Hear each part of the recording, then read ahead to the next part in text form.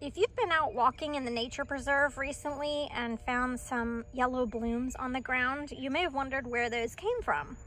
So if you look up, you may find, and sometimes this is way up in the top of a tree, but the vine of Carolina jessamine.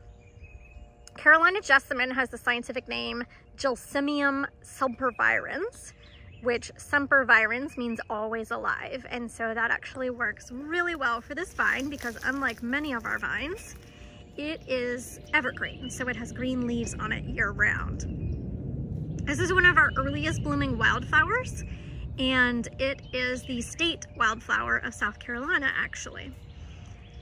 Now, it actually is poisonous. You do want to be careful. Poisonous to livestock, poison if people consume it. And I did read that if honeybees get too much nectar from these flowers, they can actually be affected by it and make poisonous honey out of it.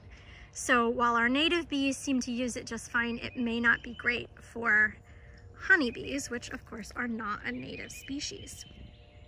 But this is a beautiful flower. It works really well in landscaping settings. It's easy to train on a trellis or a fence. And it can tolerate a lot of conditions, but it does seem to prefer more sun for good blooms.